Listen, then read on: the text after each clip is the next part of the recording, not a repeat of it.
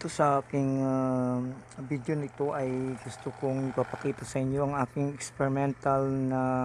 gagawin sa aking room. Ngayon nakikita ko na ang bakanting portion ng aking bintana ay walang silbi. Parang gusto ko i-convert or i-transform into a more productive way para na magiging maganda ang kanyang dating, dahil ako isang taong mahilig pagising sa umaga ay positive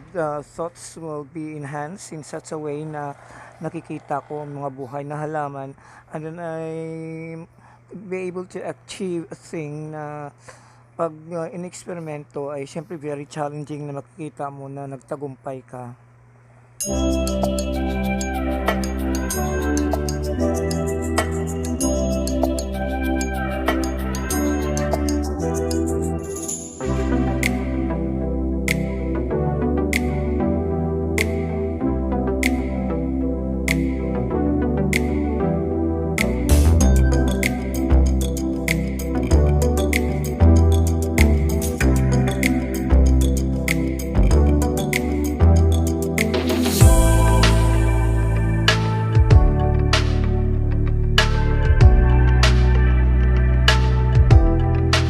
Kaya sa aking mga direct and easy way subscriber, please follow me on my channel, YouTube channel, Direct and Easy Way Roman Kagapi Jr. At i-update natin kayo whenever na magkaroon ng development ng aking experimental na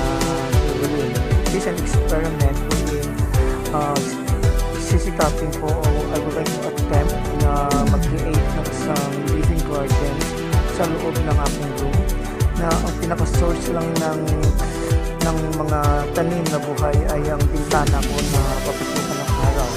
So kung ano man ang inatan, if I will be successful at magtagumpay ako na